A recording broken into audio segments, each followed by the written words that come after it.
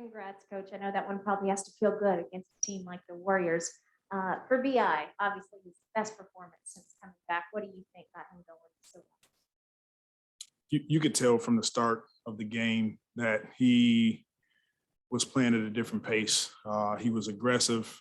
He had intention. He knew where he wanted to get. He got to his spots, jumped up, shot the ball, got to the free throw line. So it's pretty much what I've been talking about. Brandon just had to. It took a couple games for him to get into rhythm. Gary Clark played some clutch minutes there at the end when that lead got really whittled down. Was that for matchup purposes? Are you seeing something out of Gary that you really like out on the court? I'm seeing a lot from Gary that I like, but it was also to match up to their small unit.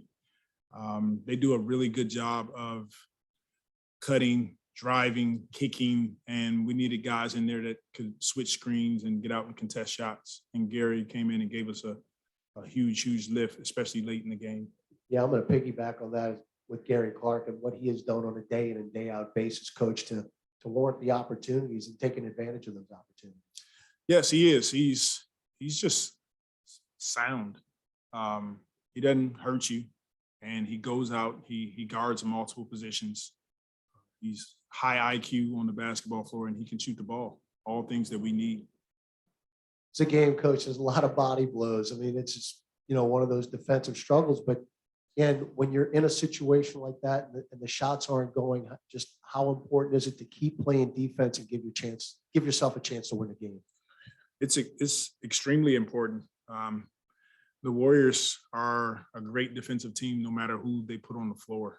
These are hard games to play in. We prepare for Steph, for Draymond, Toscano Anderson, and those guys are out. They're some of their main guys. And now you get Kuminga, who's driving in there, and Bielisa, he's a part of the rotation, but now everybody is stepping up and they're just playing hard and scrapping. And those are just tough games to play in, but our guys hung in there. We did what we needed to do down the stretch, and a win is a win for us. Jordan Poole had, I think, 1 point going into the fourth quarter there. What do you just think about the job Herb did on him and him just, being active defensively in this game? Tremendous. Herb Jones is he's a ferocious defender, and he's just becoming a more sound basketball player as we progress. And I've been saying it all year, but we are excited to have him on our team and excited to see what he's doing for us. Every team's gonna have nights where the shots aren't going in. But what did you think of the job that you guys did as far as getting into the basket? Well, I thought we did a great job of attacking the paint.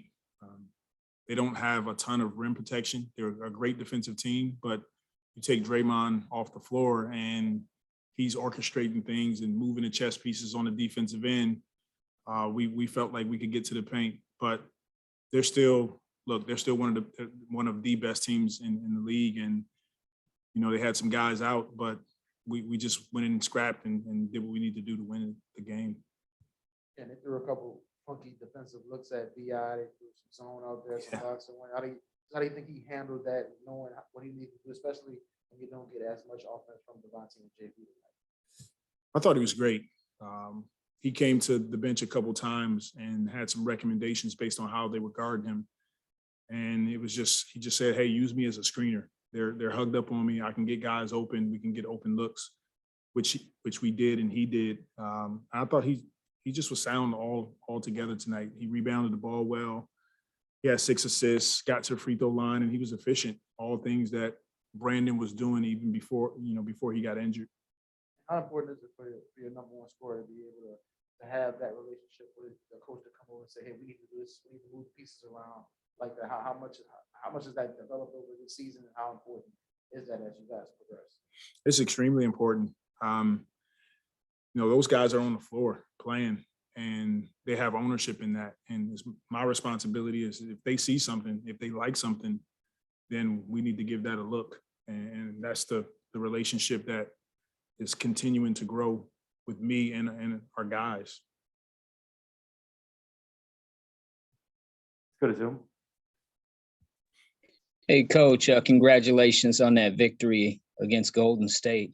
It's James Hill. When you look at Josh Hart and his contribution, he can score the basketball, he can defend, run the floor, dribble, pass, do a little bit of everything. Talk a little bit about Mr. Hart. Yes, Josh is he's a basketball player. You put him on the floor and he gets things done. And that's game after game. And the thing that I love about Josh is that he just competes at a high level, no matter what time score situation it is. He goes out and he lays it out on the line. Now, the rook you just mentioned, Herb, can you talk about him? And he's a guy who's going to get better every day.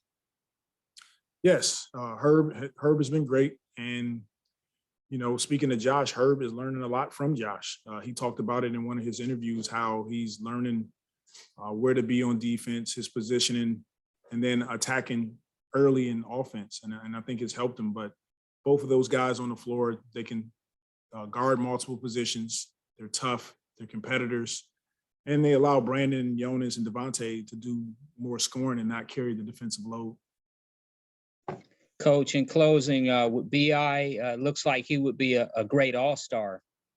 Just looking at his body of work and his numbers, what do you see there?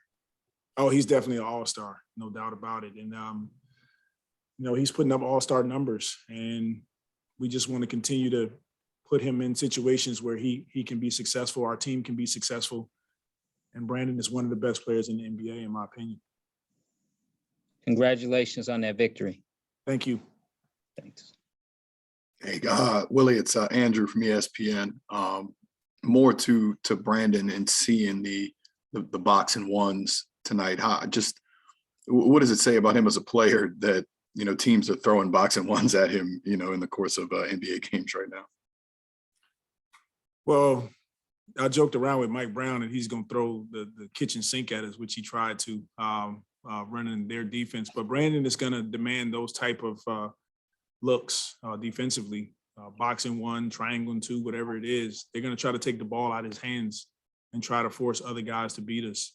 But he does a great job, and we continue to talk about it, how important it is to trust your teammates. I think he's doing that at an all-time high, and we want to continue to look, if guys are open, make the next pass and trust that they'll make the next best decision.